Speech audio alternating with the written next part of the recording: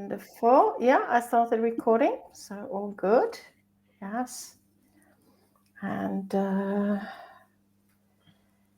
so we can see it. What do you think, Melissa and Alex? Should we give it one more minute or? Sure. I would say so. Maybe one more minute and then Yes. we start and people will be catching up. Yes. Yes. I just reminded everyone in the WhatsApp group as well. So, yeah. So, yeah, I normally have Hélène here, but she's busy today. So Alex very kindly agreed to co-chair tonight, or co-host, I should say. Or my pleasure. So, yeah. Right. Probably let's get going, and then some people will be joining. Yeah. Yes. Yeah. Let's do that. And let's. It's wonderful to have you here, Melissa. We talked about this at World Aviation Festival, and you very kindly offered to come and talk to us. And also, I mean, super if you can talk a bit about, but after your presentation about the group within easyJet. A bit about that as well, but super warm welcome to you, Melissa SKLUZACEK. I'm trying to pronounce your surname correctly, right? Very good, very good. Please go ahead. Yes, the stage is all yours. All right, thank you. Well, again, thank you guys for having me. I'm super excited to be here. And yeah, Anne and I met at World Aviation Festival in Lisbon, I guess in October, and both realized we had women's groups, and we thought, oh wow, we should talk about ways that we can leverage that, and so here I am. So just going to talk a little bit. I'll give you a little bit of history about me, and then really what I wanted to talk about is I've been working now for a little over 30 years, and so have had a long career, and I look back and I'm like, what are the things that I wish I would have known 15, 20 years ago? So wanted to share that. So a little bit about me. I am from, you can see right here, I am from Minneapolis, Minnesota. So that is Canada right up there. So I am in on the northern part of the US, in pretty much smack dab in the middle from east to west. I grew up there. I've lived in lots of different places throughout my adult career, and I've been in the UK now for about 5.5 years when I moved over to join easyJet. I have 2 daughters. So my daughter Amanda is going to be 20 in March, and my daughter Milo is going to be turning 18 tomorrow. So very hard to believe I'm going to have 2 adult children starting tomorrow, but and then I've been married for 20 years, and so you can see some pictures there. So and then we have our cat Spirit, named after Spirit Airlines, because I found him as a 4-week-old kitten near death in the Spirit Airlines car park. So hence his name. He's now 13 years old, super healthy, great cat. And he actually flew Delta Airlines with us this summer over to the US. So he's a well-traveled cat. He made the move from the US to the UK. Career-wise, so my education, I majored in the US in math and economics. So always loved math, always knew I wanted to do stuff with numbers. And then I worked for 10 years in aviation, took a break from the corporate world and got a master's degree in statistics. Came right back into aviation, so and revenue management specifically. So I thought going to grad school, I'd maybe think about trying something else, but I love it, and it just brought me right back as soon as I could. So airline wise, so like I said, I've worked for about 32 years now. I started my career out at Northwest Airlines, but good early career lesson. I was furloughed 3 months into my job. So, but it was enough, after 3 months, you really don't know what you're doing, but it was enough to get me contacts and to realize this was something I really liked doing. So was able then to get a job at Southwest Airlines. First time I had moved, I thought I would live in Minnesota my entire life. And I moved to Texas, which I'm going to show you on the map is here to here. So about a 20-hour drive. Didn't know a soul. I was 23 years old. And I remember my best friend and my parents drove down with me. And the scariest thing, or the weirdest thing I would say, was they left me that Saturday night to drive back to Minnesota. And I didn't know a soul in Dallas, Texas at all. And it was a really weird feeling that this was where I live now. Was going to stay there a year and then move back to Minnesota. And then moved to Houston instead and joined Continental Airlines, which is now part of United, and then did some consulting for a while, and then worked for Frontier Airlines. And then the 10 years leading up to coming over to the UK, I worked for Spirit Airlines, which for those of you who aren't familiar, Spirit Airlines is an ultra low cost carrier. It was basically based on Ryanair. It was intended to be the Ryanair of the US. So very successful when I was there, loads and loads of growth. And then about, like I said, 6 years ago, kind of wanted to give my family the opportunity to live abroad, to do some travel outside of in Europe. So was recruited by easyJet. So moved over there, and I've been there ever since. My role and my role my entire career, people talk about squiggly careers. I have the least squiggly career of all. I've done revenue management in commercial aviation. So what my team does and what I have done is, when you go online to buy a ticket, when you buy a bag, when you buy a seat assignment, whatever, that's done by revenue management, pricing of tickets and ancillaries. So my role right now is I'm director of revenue management and commercial analytics. So there are lots of systems and algorithms behind the scenes to come up with those prices. And then there's a team of analysts that work with the systems and the algorithms to get that final product, which is the pricing. Where I am right now is my team is working on the revenue management system and the algorithms behind all of that. So really getting to kind of dip into my math background and things like that. I can't code or write a model to save my life, but I get to be with people that do that, which is really fun. So like I said, I wanted to talk about, after 30 some years of working, things that, looking back, I'm like, oh God, I wish I would have known that. So there's really three major things for me that I've really gained an appreciation for and learned about over the years. And the first one, and I'll talk about all of these in a little more detail, it's all about your team. Your team is absolutely your biggest asset. Recognizing your imposter syndrome. I had it. I haven't had it for about 2 years, and it's night and day in terms of my mental state, and then getting outside of your comfort zone and the importance of that. So starting with my team, we actually just got back from a trip to Tunisia. We did a group trip for, and I see Mina on the call. She was with us. So we've been doing this annually, where we take the trading and revenue management team, so the people that are doing the day-to-day pricing and the people building the systems. We go to a nice resort on the beach, and we have fun, and we do more lighthearted work, but really it's all about bonding and getting the team together. So the thing that the importance of your team and the people working with you, I just can't say enough about how important that is as you move up in your career. And the reality of it is, the higher up you get, the less you do and the more you lead. I tell my team, and I'm only partially joking, I really do nothing.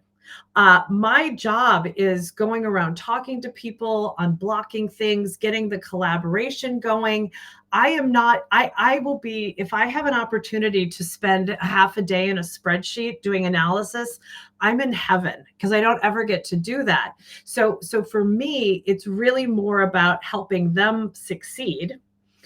And then the other thing is, with that, this is an important thing. You don't have to be the smartest person in the room. Just because you're the leader, does not mean you can, or frankly should be, the smartest person in the room. You really want a team that's smarter than you.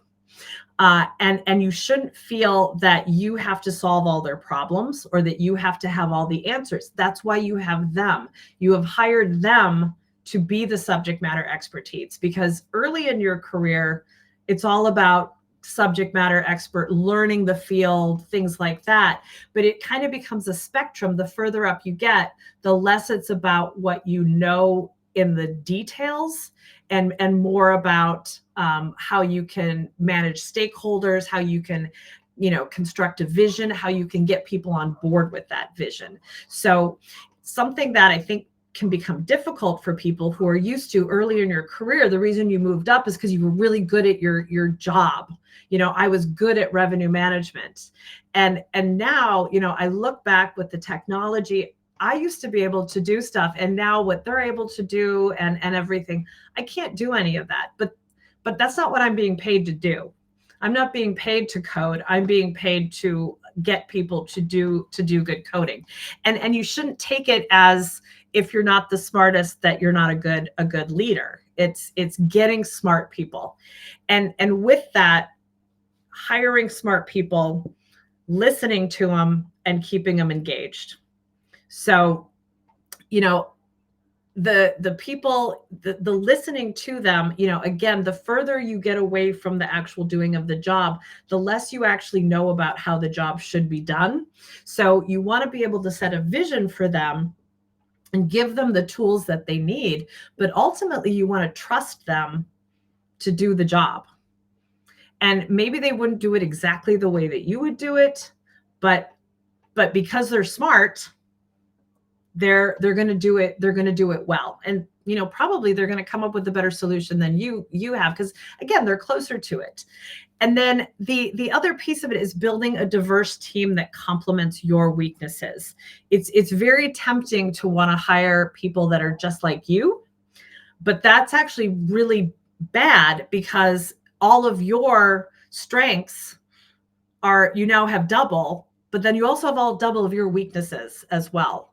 So you want a team that really has different skill sets that everybody complements each other. And the thing I'll say about it from a selfish perspective is, the better your team is, the easier your life is as well. So when you think about it, you can't possibly do all of the projects and the work that is over your team. And you also want to be able to take time off. You don't want to have to be just glued to your job. So if you have people that you can trust that they're going to do the right thing, it just makes your life so much easier as well. And it helps your stress levels. So again, I can't say enough about the team being super important, and keeping them engaged, not just from giving them work that is creative for them, but letting them shine as well. So really letting them take a bit of the spotlight. And, here are just some pictures of the team that we have. And interestingly, our team, which is mostly, data scientists, developers, very data intense people, love karaoke. And who would have thought? So, we get together, here's everybody, and there's all sorts of people just singing their hearts out and having a good time, and they're bonding, and they come back and they're more collaborative. They're happy about their work. And again, it's just a good situation for everyone involved. So, take care of your team. The next piece is recognizing your imposter syndrome. And, it's kind of one of those things now that everybody talks about imposter syndrome, and it's kind of become a little, probably an overused term, but it's real. And, when I was starting out in my career, I don't even think people use the word or anything like that. It was never talked about. But, I look back now and I absolutely 100% had it. And the things you recognize, it's trying to do everything. It is being hyper critical of yourself and not having that confidence. So, perfectionism. If I do one thing wrong, if I forgot a comma in a presentation, or if I misspoke or said something that everyone is instantly seeing that I am not particularly good. Why am I here? You get paralysis, the constantly needing to say yes, people pleasing, it's just exhausting. One of the things that I've learned over the past few years is that's really helped me to kind of get over it, is that you kind of think you're the only one that has it and everybody's got it totally together, and you're the only one sitting in a meeting that's winging it. And everybody's winging it. And I don't want to say we don't know what we're doing, but everyone, or not everyone, but the vast majority of people have some level of imposter syndrome. And I would actually argue that a little bit of imposter syndrome isn't bad, because the people that don't have it tend to be overconfident, inflexible, and aren't willing to listen to others' points of view and stuff. So you don't want to totally get rid of it, but you also don't want to sit there and have zero confidence and just feel small. So an example I will give you of where my imposter syndrome just hit a massive, really almost rock bottom, was during COVID. I joined easyJet on January 6, 2020. So decided to, move to a new continent and everything like that. I had worked in US aviation, US North American aviation, basically my entire career. So I didn't, I knew about European aviation, but not a lot. And I certainly didn't know European geography and all the different airports and competitors and stuff. And COVID hit, and my job, they decided during COVID, would be to predict where demand was going to come back, when it was going to come back, and how much people were going to pay. And then put that in a business plan that I would work with the network team, and we would come up with the routes we were going to start flying. And so first of all, I didn't know half the routes we flew to, because I had been in my job for about 8 weeks. And it was the most nerve-wracking. I was just an absolute nervous wreck, because I thought that, everybody else kind of knew how to manage this pandemic that none of us had ever seen before. And I was the only one sitting there not really knowing what to do. And I mean, I would get sick to my stomach. I don't know if I had a panic attack, but I mean, I was so stressed out about it. And so I came up with this, and I use this term very loosely, model to predict the revenue that we were going to get from various routes when they were going to come back. And then we would decide, we would use that in conjunction with a few other things like the government restrictions to determine where we were going to fly. And for those of you who lived during the aviation, during the COVID thing, it was all over the place with government restrictions. And I was terrified about giving these projections because they were wrong. And I mean, I knew they were wrong, and I knew I kind of didn't know what I was doing. But I look back on it, and I had to present my model to external consultants and said, this is how I'm doing it. I was very upfront with everybody. Look, I don't really know, but this is how I'm shaping it. I had to talk to external and internal auditors and tell them what I was doing. And I had to constantly talk to other people in the company and tell them what I was doing. And I look back on it, nobody said, oh, that's wrong. Nobody came up with anything better. And basically, when I was wrong, nobody came back and said, how could you not have known that? And the reality is nobody had a clue what was going on during COVID. We were all just doing the best that we could. But I was doing that to myself. And that's the key thing with imposter syndrome that I want people to know is ultimately, this is you doing this to yourself. And when you know that, at least for me, it helps me to get past it a bit. That the way I'm feeling right now, I don't have to feel this way. This is me. And so once I saw that, I was able to sort of release some of that. And I just felt, like I said, this freedom really about things where I'm just more confident. I think I do my job better because I don't have that constant nagging that I'm not good enough and everything. So it's super important to try to, as you know, it's hard, but to try to get that under control. And a couple ways to do that, obviously reflect on your accomplishments and successes and look back on all the good things that you've done. And also, though, realize that, companies, if you're bad at your job, they will get rid of you. So companies don't hire people to be charitable. They bring people into a role that they think they're going to do a good job at. And assuming that they're doing a good job, they're going to keep you. So you do know what you're doing. The other thing is, when you get a promotion, be sure to give yourself the promotion. So about a year into easyJet, after I had, I'm very sarcastic, flawlessly predicted where demand was going to come back with COVID. I was promoted to director. So I was in the executive leadership team. And this is probably a typical female thing. I didn't want to be like all show-offy about it and humble. So I kind of downplayed it. And then I read this article that just made perfect sense to me. And when you get a promotion, be sure to give yourself the promotion. So everybody was promoting me and congratulating me, my team, but I didn't want to brag about it. So two of my leaders that worked for me, that were friends of mine, and they were super supportive of my promotion, said, Melissa, you need to talk to the team. They want to hear from you. They want to know what's important to you and things like that. And that was just kind of a wake-up call to me that people are expecting you to be that role. So you need to act that role, and you need to promote yourself as well. And it gets back into the whole point of, they didn't promote me out of the goodness of their heart. They promoted me because they felt that I could do the job. So why do I feel, again, I'm doing this to myself. So it's imposter syndrome it's tricky. Everybody has it to a certain extent, but it really can hold you back because, you're not giving yourself credit for knowing what you know, and you're giving everyone else way more credit. And, this is a very cliche thing, but, would you talk to your friends the way you talk to yourself?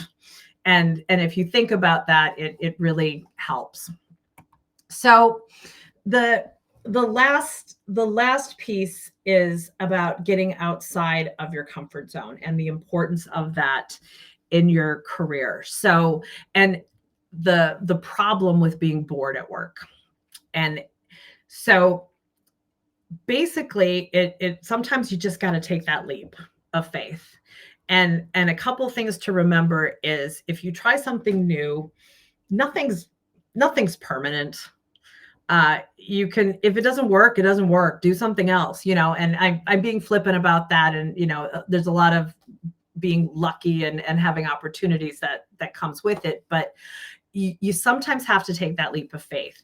So the reason I'm at easyJet is when I was at Spirit, I had been there about 8 years at the time, and they put me through an executive women's leadership course, which I had never had anything like that before. And they gave us a mentor.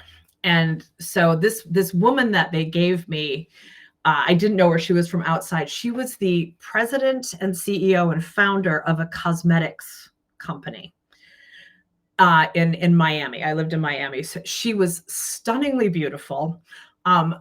Had perfect clothes, perfect makeup, perfect hair. That's just not me. So I thought, how on earth is this woman and I going to relate to each other? She was so badass, that she was amazing. This woman had founded her own company. She talked to me a bit, and she's like, oh, how long have you been at Spirit? I'm like, about 8 years. What do you do? What do you want to do with your life? And I was like, well, work's pretty easy now. I'm just going to kind of ride it out till I retire. I was like in my late or mid 40s at the time. So I still have a long way to go. And she just stopped me and she's like, Melissa, you're bored to tears. And I'm like, yeah, I kind of am. And as a result of that, I had become that person at work that everyone knew you could just rely on Melissa. Melissa knew everything because she had that history with the company, but they certainly weren't going to promote me. I wasn't doing anything visionary or anything like that because I had become complacent. And it was at that point that I started to think about, okay, I am bored. And so that, along with wanting to, we had been in Miami for about 10 years. We were kind of ready for a change, wanted the kids to get an abroad experience. We thought, they were 12 and 14 at the time. We're like, if we don't do it now, we're never going to do it. So now is the right time. And, fast forward, I'm at easyJet, and I was recharged. And I went to a company that listened, they liked my ideas. They listened to me. They invested in my ideas. And I'm just much more engaged here than I was there. Both companies are great. I loved working at Spirit. It was a wonderful company to work at. easyJet is great too, but I had just gotten bored and I needed something different. So, I was kind of that old couch really at Spirit. So don't become the old couch, basically. And I'm not saying like change companies or anything like that, but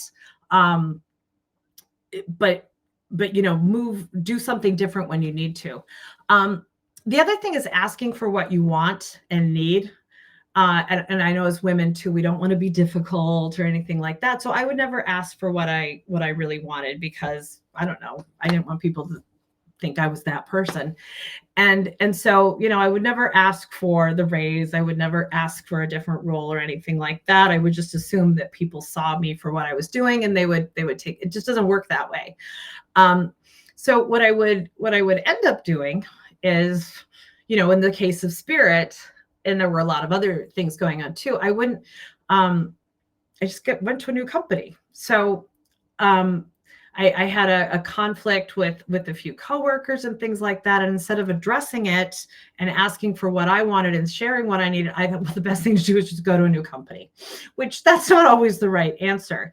And so fast forward, a few years later, a couple of years ago, I was in a situation where I was doing the day-to-day work for trading and revenue management. So, forecasting the revenue plan, meeting with executives all the time, really, really in the day-to-day weeds of everything.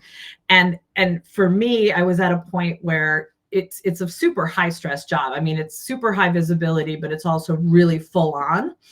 And I really like doing the development, the algorithms and things like that. So I wasn't as happy as, and I was stressed out a lot. And, before when I wouldn't ask for what I needed, I probably just would have said, okay, I need to just get a new job. Instead, I actually went to my boss, who was amazing, and said, look, this is too stressful for me now. I need to do something that works more for me. And then I framed it in a way too that worked for the company as well. I wasn't like, just take care of me. And she was super supportive, and I'm in my job now that I absolutely love. And even on the days that are, we all have days that suck, and, you're dealing with things and systems aren't working and stuff like that, I still really like it. So asking for what you need, the worst thing that's going to happen is they're going to say no. And, no one's going to, execute you or fire you on the spot. So you just have to do it. And then finally, on those lines, stretch yourself. You don't have to tick every box to take on a new job. And this is, we've all heard this, that women, only take a job if they can do absolutely everything on the list, where, men see one line and they're like, yeah, I can totally do that. But do stretch yourself to do things. I am not, my team is, like I said, very smart data scientists, IT things that I don't understand what they're talking about half the time, but I am learning so much about all of that. And because I have my vision and my business knowledge, and I've developed a good team, we can all work together to support each other. So that is a critical thing too, is you got to stretch yourself. And like I said, it is sometimes like just jumping off a cliff where you just, but if it doesn't work, try something else. So that in a nutshell is, if I was 30 years old and I knew all this, I don't know where I'd be today, but anyway, it would have made life a little easier throughout the journey. So I want women kind of going up in their career to learn from that. So Wow, that is just like fantastic. Thank you so much. I'm going to open up the floor to Q&A, but first I want to say that this is fantastic, information and sharing, and I think, why do you think? And I see some progress in this. I see more of it. I see, groups like ours. I see, we really, it is a bit different. It's different to what it was like 10 years ago or something. Things have really improved. Is that what you're seeing as well? That we're sort of getting there in sharing our knowledge and trying to help. Very, very much. I didn't touch on, the dreaded menopause word, but, the fact that we're talking about that in the workplace, and, we never would have talked about that 10 years ago. And yeah, like I said, when I was in, a young analyst and things like that, there was it was one of those things where you almost had to, the women who kind of became, you had to be that assertive, bossy woman to succeed, or that was what you thought you needed to. And my boss now is, I report to the CCO, who is a woman. She's the first woman boss I've ever had, and she's one of the nicest people I've ever met as well. And we kind of talk about, it's like, it's nice that we can be women in high up positions and be nice people. You can do that and still be a good leader. So, I think there's more that women can be themselves more than before. Absolutely. Well, I'm not going to monopolize the conversation, so I'll open up the floor to, whoever wants to ask questions. Yes. Yes. Hello, ladies beyond flying. Hi, Anne. Alexandra and everybody. Nice to see you on the chat. So thank you, Melissa, for joining, although we spent 3 days together. I know. Mina was in the trip to Tunisia. I don't know if she did karaoke, but she saw the team going to town. Yeah. So listen, it is a very interesting presentation you're doing, Melissa, and that's, Karen, what you said also in Tunisia. But my question is to know one thing. How sometimes this industry still remain male dominant in terms of technicity or even in terms of leadership. And if you look at a panel, the balance is hardly ever there. And when there is a woman, she's like our chief commercial officer, she's probably facing on her own her challenges. But my question to you at your level, how do you interfere, or how do you manage these form of relationship where, because very often you're the only woman on a panel, you still need to make your point, you still need to display your vision, because very often a woman has this, I always refer to an iceberg, an underneath iceberg vision, where men would mainly helicopter the problem, which is needed for vision and for leadership purposes. But also, you also sometimes need to have this advanced capacity to see things coming to you. And that is woman mindset, to go underneath that iceberg and keep on diving and diving and diving until you reach whatever you need to reach. So how do you manage that? Because obviously, if you yeah, I mean, there's still a lot of times where what I do too is I don't want to say it's super male dominated, but it's definitely skews to the side of more men than women doing it. I've got 5 people that report directly to me. They're all men. And it's not because I don't get applications for that. Yeah. So, I mean, I'll be honest. I get along well with, men and things like that. Now, I have been told before that, you need to be a little less emotional when you're upset with something, which just makes me angry, but makes me more emotional, and it just makes me annoyed by it and stuff like that. But I just kind of, I'll be honest, I go in and I am just me. And again, it could just be age, but I just screw it. I'm me, and I'm just gonna gonna say stuff. And again, it's getting past that imposter syndrome too, where I'm like, I really have gotten to the point where I'm like, I'm good at what I do, guys. If you think somebody can do it better, you owe it to yourself and the company to get somebody who can. And having that viewpoint. Okay. Yeah, that's really excellent. Yes, yeah. I mean, I really don't think it's so much a male female thing. I always tell this story. I've had five. Well, I've had many different places of work, right? And I've had 5 horrible bosses, absolutely horrible narcissist, types of people that, well, you just have to leave, right? But the interesting thing is that out of those 5, 3 were men and 2 were women.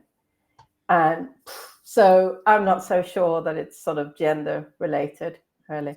So, for my, I know Sophie's my first female boss, but I've been really lucky too. I mean, I just absolutely have to acknowledge this. I have had the male bosses I have had over the years have been wonderful, and really good, good people. So I've had some wonderful bosses as well. So who are still there for me and who are today my good friends and people that are absolutely phenomenal and who've helped me enormously. So definitely. I got another question, if you don't mind. I'm sorry, I'm having this motivation to ask questions.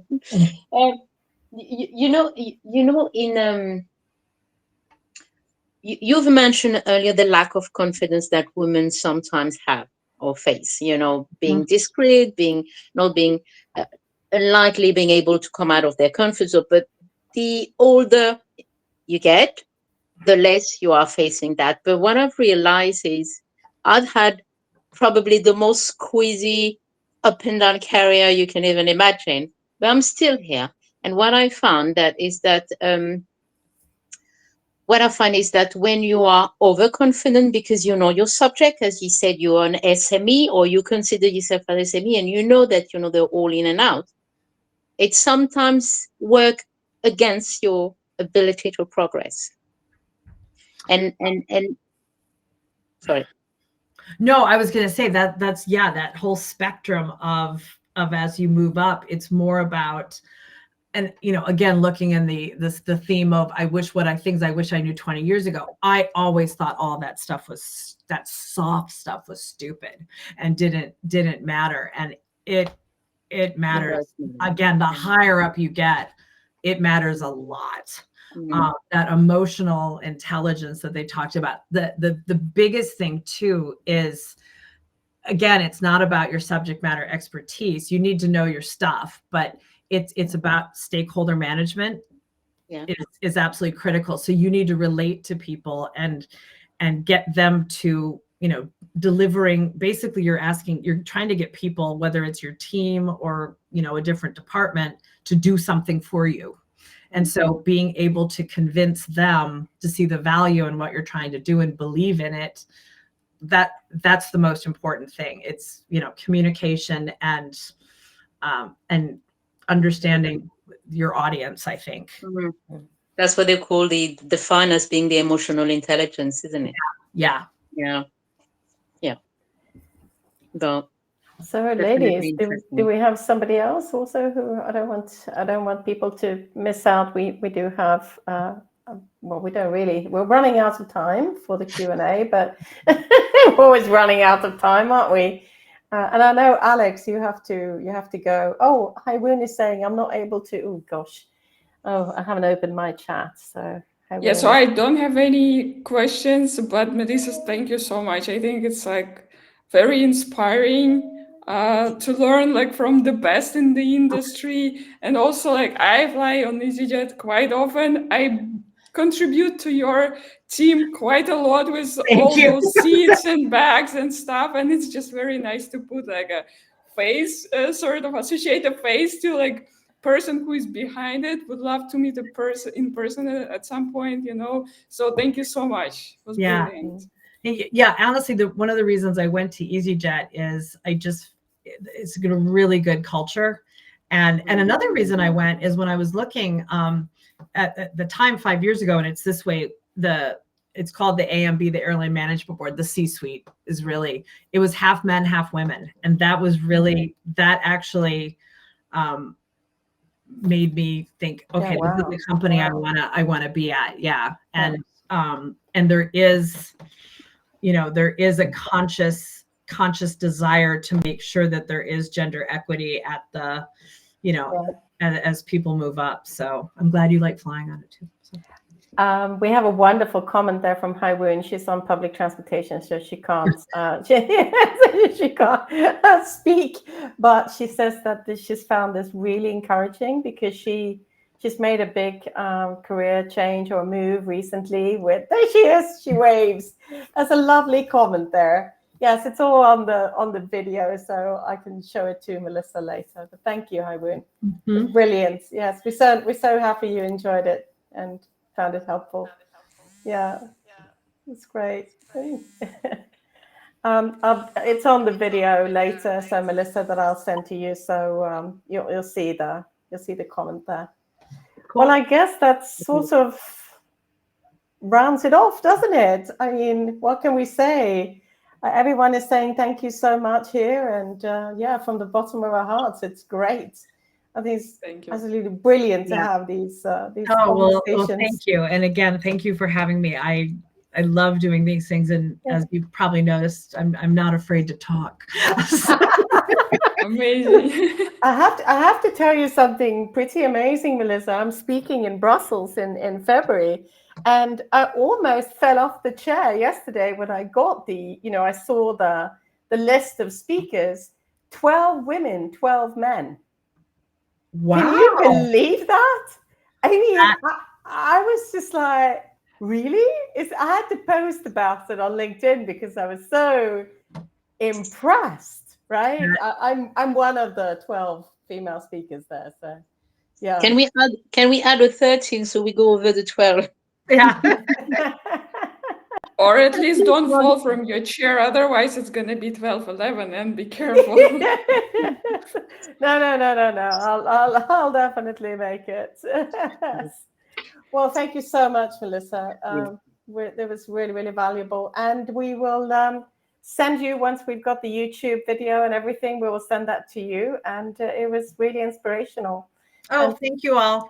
Thank you, Alex, for hosting, and a big thanks to Warm Space. Thanks, everyone. Thank you. I'll stop recording now. All right.